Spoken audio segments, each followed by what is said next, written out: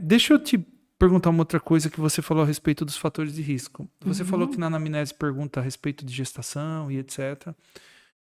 Então, eu acho que queria que você falasse um pouquinho dos fatores de risco, se ficou algum para trás que você não falou, e uma curiosidade que eu tenho a respeito da genética, se existe influência genética na manifestação desse tipo de transtorno. Então, do TDAH em si, ele tem bastante influência genética. É até assim, 70 a 80% de chance, né, de uma pessoa tem familiares, né, de primeiro grau que tem o TDAH. Então, a genética no TDAH em si influencia bastante. Né? E tem outras condições que também podem influenciar, né? Além dessas questões de gestação, de parto, né? Se a criança nasceu prematura, se teve uma intercorrência durante o parto, ou seja, faltou oxigênio, né, na hora do parto, né? Teve uma anóxia.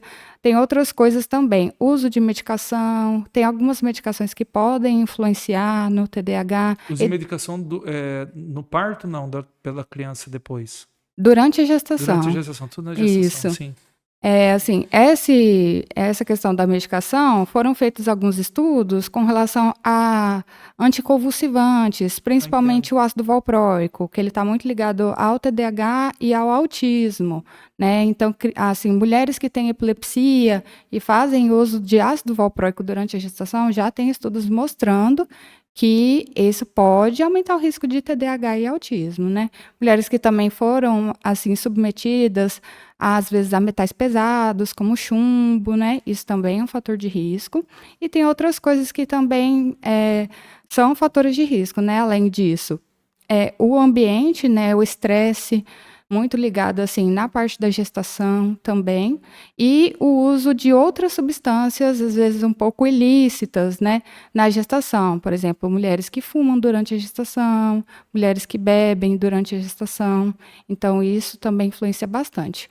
Outro fator muito importante, que agora na atualidade, né, a gente vê muito a respeito disso, é a idade mais avançada dos pais, É né? verdade. Os pais, quando eles, assim, têm a criança, depois dos 35 a 40 anos, isso também já vai influenciar, tanto no autismo como no TDAH No também. TDAH.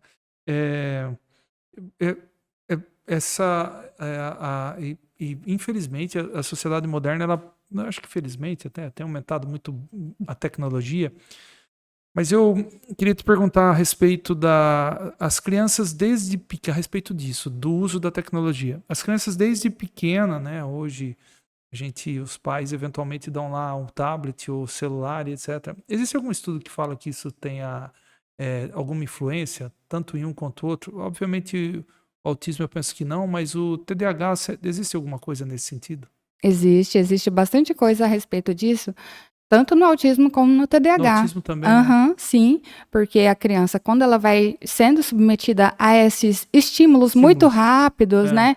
E assim, tempo de tela muito excessivo, mais de 2 horas de tempo de tela, a criança vai tendo prejuízo da Hum. atenção e da concentração, porque o cérebro dela acaba ficando assim, sempre muito estimulada, né, com vídeos e com televisão, né? E isso depois ela vai ter um prejuízo, vai Hum. trazer um prejuízo na atenção dela para ela conseguir manter uma atenção, porque esses estímulos é difícil a gente ter assim fora, né, do mundo virtual.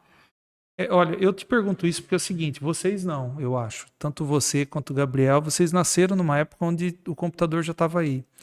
Eu terminei a faculdade sem computador. Não existia. Eu fiz. Não existia a mão de todo mundo, era muito caro. Uhum. Eu fiz na residência, na minha residência, a gente atendia 100 pessoas de oncologia numa manhã, tem a 150, era na mão sem computador. No meio da residência, eles compraram um computador. E depois eu comprei o computador quando eu estava no final da residência, isso faz quantos anos atrás? E eu me lembro muito bem de uma coisa. Quando eu tinha que ficar muito tempo no computador, vocês, provavelmente, essa geração que está assistindo não vai, as mais novas não, mas quando eu tinha que ficar muito tempo no computador, eu sentia como se fosse uma ressaca, porque a minha visão, ela funilava como se estivesse numa caixa. Então eu tinha que sair de lá e andar, jogar, fazer algum exercício, fazer algum esporte, etc. Então isso, obviamente, depois a gente vai perdendo isso, porque o computador hoje faz parte da nossa vida o tempo todo e é o que nós temos, então as pessoas não têm. Mas não tem esse tipo de visão. Mas eu vim de uma situação onde a gente não usava nada, para de repente começar a usar uma caixinha assim. Então, isso foi uma coisa que eu senti que eu tive no dia a dia. Eu tinha que sair, tinha que dar uma volta, etc., porque eu tinha aquela sensação de ressaca mesmo, de ficar. E hoje eu perguntei por causa disso, porque se isso pegava gente que não era virgem de ficar na frente disso e de repente ficava um bom tempo fazendo alguns trabalhos, o que não faz, né, com a criança até porque fica o tempo todo para não incomodar muito com o dispositivo.